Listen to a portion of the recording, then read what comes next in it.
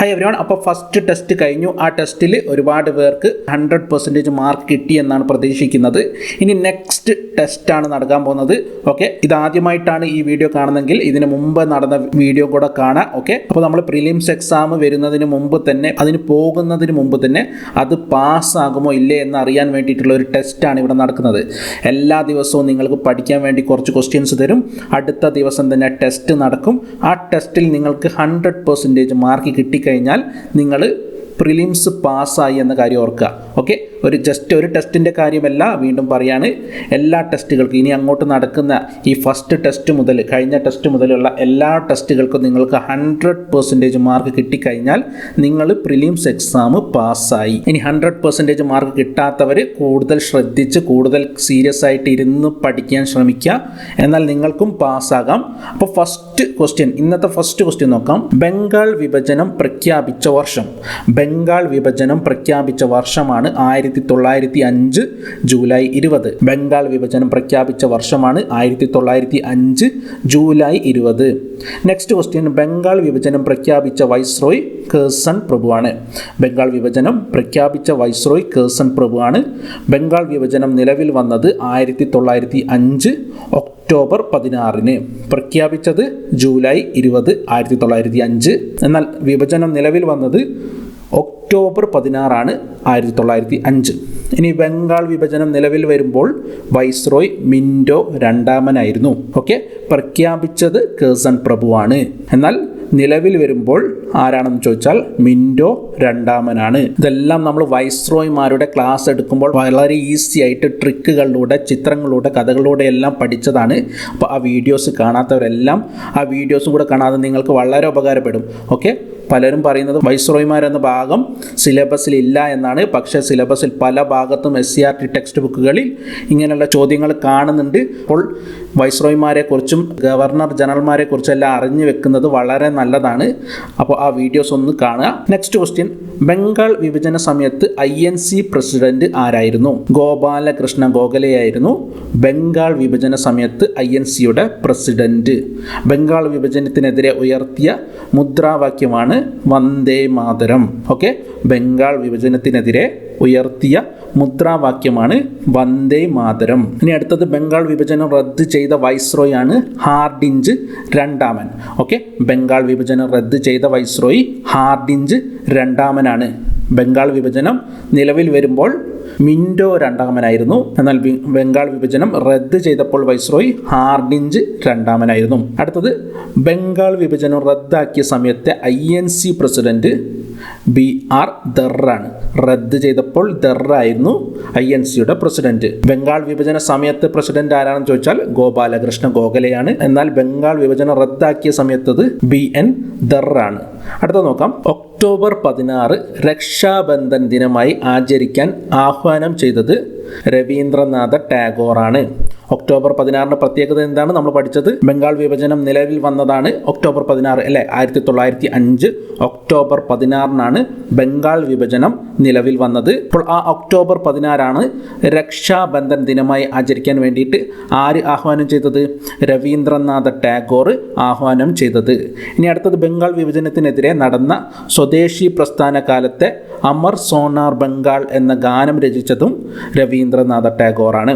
Amar sonar Bangla എന്ന ഗാനം രചിച്ചത് രവീന്ദ്രനാഥ ടാഗോറാണ്. ദേശീയ വിലാപ ദിനമായി ആചരിച്ചത് ഒക്ടോബർ 16. ഓക്കെ, ദേശീയ വിലാപ ദിനമായി ആചരിച്ചത് ഒക്ടോബർ 16. അടുത്ത നോക്കാം. 1905 ബംഗാൾ വിഭജനത്തെ തുടർന്ന് ഉയർന്നു വന്ന പ്രസ്ഥാനമാണ് സ്വദേശി പ്രസ്ഥാനം. 1905 ബംഗാൾ വിഭജനത്തെ തുടർന്ന് ഉയർന്നു വന്ന പ്രസ്ഥാനമാണ് സ്വദേശി പ്രസ്ഥാനം. സ്വദേശി പ്രസ്ഥാനത്തിന്റെ രൂപീകരണവുമായി ബന്ധപ്പെട്ട ഔദ്യോഗിക പ്രഖ്യാപനം നടന്ന വർഷം 1905 ഓഗസ്റ്റ് 7. 1905 ഓഗസ്റ്റ് 7 സ്വദേശി പ്രസ്ഥാനത്തിന്റെ രൂപീകരണവുമായി ബന്ധപ്പെട്ട് ഔദ്യോഗിക പ്രഖ്യാപനം വന്നത്. 1905 ഒക്ടോബർ 7. സ്വദേശി പ്രസ്ഥാനം അറിയപ്പെടുന്ന മറ്റൊരു പേരാണ് വന്ദേ മാതരം മൂവ്മെൻറ്റ്. ഓക്കെ, സ്വദേശി പ്രസ്ഥാനം അറിയപ്പെടുന്ന മറ്റൊരു പേര് വന്ദേ മാതരം മൂവ്മെൻറ്റ്. ഇപ്പോൾ സ്വദേശി പ്രസ്ഥാനം എന്തുമായിട്ട് ബന്ധപ്പെട്ടാന്ന് പറഞ്ഞ ബംഗാൾ വിഭജനത്തെ തുടർന്നാണ് നിലവിൽ വന്നത് അല്ലേ. അപ്പോൾ ബംഗാൾ വിഭജനത്തിൻ്റെ മുദ്രാവാക്യമായിരുന്നു എന്ത്? വന്ദേ മാതരം. നമ്മൾ നേരത്തെ പഠിച്ചതാണ്. അതുമായിട്ട് തന്നെ റിലേറ്റ് ചെയ്താൽ മതി. സ്വദേശി പ്രസ്ഥാനം അറിയപ്പെടുന്ന മറ്റൊരു പേരാണ് വന്ദേ മാതരം മൂവ്മെൻറ്റ്. സ്വദേശി പ്രസ്ഥാനത്തിൻ്റെ ആശയങ്ങൾ പ്രചരിക്കാനായി ആരംഭിച്ച പരമ്പരാഗത നൃത്തരൂപമാണ് ജാത്ര. ഓക്കെ, സ്വദേശി പ്രസ്ഥാനത്തിൻ്റെ ആശയങ്ങൾ പ്രചരിപ്പിക്കാനായി ആരംഭിച്ച പരമ്പരാഗത നൃത്തരൂപം ജാത്ര. സ്വാതന്ത്ര്യ സമര കാലത്ത് ഇന്ത്യൻ സോഷ്യോളജിസ്റ്റ് എന്ന പ്രസിദ്ധീകരണം ആരംഭിച്ചത് ആരാണ്? ശ്യാംജി കൃഷ്ണവർമ്മയാണ്. സ്വാതന്ത്ര്യ സമര കാലത്ത് ഇന്ത്യൻ സോഷ്യോളജിസ്റ്റ് എന്ന പ്രസിദ്ധീകരണം ആരംഭിച്ചത് ശ്യാംജി കൃഷ്ണവർമ്മയാണ്. നെക്സ്റ്റ്, സ്വദേശി വസ്ത്ര പ്രചാരണ സഭയുടെ സ്ഥാപകനാണ് ബാലഗംഗാധര തിലക്. സ്വദേശി വസ്ത്ര പ്രചാരണ സഭയുടെ സ്ഥാപകൻ ബാലഗംഗാധര തിലകാണ്. സ്വദേശ് മണ്ഡലി സമിതിയുടെ സ്ഥാപകൻ CR ദാസ് ആണ്. ഓക്കെ, സ്വദേശ് മണ്ഡലി സമിതിയുടെ സ്ഥാപകൻ CR ദാസ്. ധാക്ക അനുശീലൻ സമിതി സ്ഥാപിച്ചത് പുലിൻ ബിഹാരി ദാസ് ആണ്. ധാക്ക അനുശീലൻ സമിതി രൂപീകരിച്ചത് പുലിൻ ബിഹാരി ദാസ് ആണ്. പുലിൻ ബിഹാരി ദാസ് ആണ് ധാക്ക അനുശീലൻ സമിതി രൂപീകരിച്ചത്. ഇപ്പോൾ ഏതൊക്കെയാണ്? സ്വാതന്ത്ര്യ സമരകാലത്ത് ഇന്ത്യൻ സോഷ്യോളജിസ്റ്റ് എന്ന പ്രസിദ്ധീകരണം ആരംഭിച്ചത് ശ്യാംജി കൃഷ്ണവർമ്മ. സ്വദേശി വസ്ത്ര പ്രചാരണ സഭയുടെ സ്ഥാപകനാണ് ബാലഗംഗാധര തിലക്. സ്വദേശ് മണ്ഡലി സമിതിയുടെ സ്ഥാപകനാണ് CR ദാസ്. ധാക്ക അനുശീലൻ സമിതി സ്ഥാപിച്ചത് പുലിൻ ബിഹാരി ദാസ് ആണ്. അടുത്തത് രാഖി ബന്ധൻ ബന്ധപ്പെട്ടിരിക്കുന്ന പ്രസ്ഥാനം. രാഖി ബന്ധൻ ബന്ധപ്പെട്ടിരിക്കുന്ന പ്രസ്ഥാനമാണ് സ്വദേശി പ്രസ്ഥാനം. ഓക്കെ, രാഖി ബന്ധൻ ബന്ധപ്പെട്ടിരിക്കുന്ന പ്രസ്ഥാനം സ്വദേശി പ്രസ്ഥാനമാണ്. മിത്രമേളയുടെ സംഘാടകനാണ് VD Savarkar. മിത്രമേളയുടെ സംഘാടകനാണ് VD Savarkar. VD Savarkar ആണ് മിത്രമേളയുടെ സംഘാടകൻ. Next, all India Muslim league രൂപീകൃതമായ വർഷമാണ് 1906 December 30. 1906 December 30 all India Muslim league രൂപീകൃതമായത്. മുസ്ലിം ലീഗിൻ്റെ ആദ്യ പ്രസിഡന്റ് ആയിരുന്നു ആഗാ ഖാൻ. ഓക്കെ, മുസ്ലിം ലീഗിൻ്റെ ആദ്യ പ്രസിഡന്റ് ആഗാ ഖാനാണ്. മുസ്ലിം ലീഗിൻ്റെ രൂപീകരണത്തിന് വേദിയായ നഗരമാണ് ധാക്ക. മുസ്ലിം ലീഗിൻ്റെ രൂപീകരണത്തിന് വേദിയായ നഗരം ധാക്ക. മുസ്ലിം ലീഗിൻ്റെ ആദ്യ വാർഷിക സമ്മേളനം 1907 നടന്നത് കറാച്ചിയിൽ വെച്ചിട്ടാണ്. ഓക്കെ, രൂപീകരണം ധാക്കയിൽ വെച്ചിട്ട്, ആദ്യ വാർഷിക സമ്മേളനം നടന്നത് 1907 കറാച്ചിയിൽ വെച്ചിട്ടാണ്. ആദ്യ പ്രസിഡന്റ് ആഗാ ഖാനായിരുന്നു. അടുത്തത്, ഡോൺ പത്രം ആരംഭിച്ച വ്യക്തി. ഡോൺ പത്രം ആരംഭിച്ചത് മുഹമ്മദ് അലി ജിന്നയാണ്. മുഹമ്മദ് അലി ജിന്നയാണ് ഡോൺ പത്രം ആരംഭിച്ചത്. ഓൾ ഇന്ത്യ മുസ്ലിം ലീഗിൻ്റെ ആദ്യ കോൺഫറൻസ് നടന്നത് അമൃത്സറിലാണ്. ഓൾ ഇന്ത്യ മുസ്ലിം ലീഗിൻ്റെ ആദ്യ കോൺഫറൻസ് നടന്നത് അമൃത്സർ. രൂപീകരിച്ചത് ധാക്കയിൽ വെച്ചിട്ട്. ആദ്യ വാർഷിക സമ്മേളനം നടന്നത് കറാച്ചിയിൽ വെച്ചിട്ട്. ആദ്യ കോൺഫറൻസ് നടന്നത് അമൃത്സറിൽ വെച്ചിട്ടാണ്. പ്രത്യേക രാഷ്ട്രവാദം ഉന്നയിച്ച മുസ്ലിം ലീഗ് സമ്മേളനമാണ് 1930 അലഹബാദ് സമ്മേളനം. പ്രത്യേക രാഷ്ട്രവാദം ഉന്നയിച്ച മുസ്ലിം ലീഗ് സമ്മേളനം 1930 അലഹബാദ് സമ്മേളനമാണ്. പ്രത്യേക രാഷ്ട്രവാദം ഉന്നയിച്ച വ്യക്തിയാണ് മുഹമ്മദ് ഇക്ബാൽ. മുഹമ്മദ് ഇക്ബാൽ ആണ് പ്രത്യേക രാഷ്ട്രവാദം ഉന്നയിച്ചത്. എന്നാൽ ദ്വിരാഷ്ട്രവാദം ഉന്നയിച്ച മുസ്ലിം ലീഗ് നേതാവാണ് മുഹമ്മദ് അലി ജിന്ന. ദ്വിരാഷ്ട്രവാദം ഉന്നയിച്ച മുസ്ലിം നേതാവ് ഏതാണെന്ന് ചോദിച്ചാൽ മുഹമ്മദ് അലി ജിന്നയാണ്. 1940 ലാഹോർ സമ്മേളനത്തിൽ വെച്ചിട്ടാണ് മുഹമ്മദ് അലി ജിന്ന ദ്വിരാഷ്ട്രവാദം ഉന്നയിച്ചത്. അടുത്തത്, പാകിസ്ഥാന്റെ പിതാവ് എന്നറിയപ്പെടുന്നത് മുഹമ്മദ് അലി ജിന്നയാണ്. പാകിസ്ഥാന്റെ പിതാവ്, അതുപോലെ തന്നെ പാകിസ്ഥാനിലെ ആദ്യ ഗവർണർ ജനറലും മുഹമ്മദ് അലി ജിന്നയാണ്. ഓക്കെ, പാകിസ്ഥാൻ്റെ പിതാവ് മുഹമ്മദ് അലി ജിന്ന. പാകിസ്ഥാനിലെ ആദ്യ ഗവർണർ ജനറൽ മുഹമ്മദ് അലി ജിന്നയാണ്. പാകിസ്ഥാൻ്റെ പ്രവാചകൻ എന്നറിയപ്പെടുന്നത് മുഹമ്മദ് ഇക്ബാലാണ്. ഓക്കെ, പാകിസ്ഥാൻ്റെ പ്രവാചകൻ എന്നറിയപ്പെടുന്നത് മുഹമ്മദ് ഇക്ബാലാണ്. പാകിസ്ഥാനിലെ ദേശീയ കവിയാണ് മുഹമ്മദ് ഇക്ബാൽ. ഓക്കെ, പാകിസ്ഥാനിലെ ദേശീയ കവിയാണ് മുഹമ്മദ് ഇക്ബാൽ. പാകിസ്ഥാൻ എന്ന പേര് ആദ്യമായി മുന്നോട്ട് വെച്ചത് ചൗധരി റഹ്മത്ത് അലിയാണ്. പാകിസ്ഥാൻ എന്ന പേര് ആദ്യമായി മുന്നോട്ട് വെച്ചത് പ്രസിദ്ധീകരിച്ചത് ചൗധരി റഹ്മത്ത് അലിയാണ്. പാകിസ്ഥാൻ്റെ തത്വചിന്തകൻ എന്നറിയപ്പെടുന്നത് സർ സയ്യിദ് അഹമ്മദ് ഖാനാണ്. ഓക്കെ, അപ്പോൾ പാകിസ്ഥാൻ്റെ പിതാവ് മുഹമ്മദ് അലി ജിന്ന, പാകിസ്ഥാനിലെ ആദ്യ ഗവർണർ ജനറൽ മുഹമ്മദ് അലി ജിന്ന, പാകിസ്ഥാൻ്റെ പ്രവാചകനാണെന്ന് അറിയപ്പെടുന്നത് മുഹമ്മദ് ഇക്ബാൽ ആണ്. പാകിസ്ഥാനിലെ ദേശീയ കവിയാണ് മുഹമ്മദ് ഇക്ബാൽ. പാകിസ്ഥാൻ എന്ന പേര് ആദ്യമായി മുന്നോട്ട് വെച്ചത് ചൗധരി റഹ്മത്ത് അലിയാണ്. പാകിസ്ഥാൻ്റെ തത്വചിന്തകൻ എന്നറിയപ്പെടുന്നത് സർ സയ്യിദ് അഹമ്മദ് ഖാനാണ്.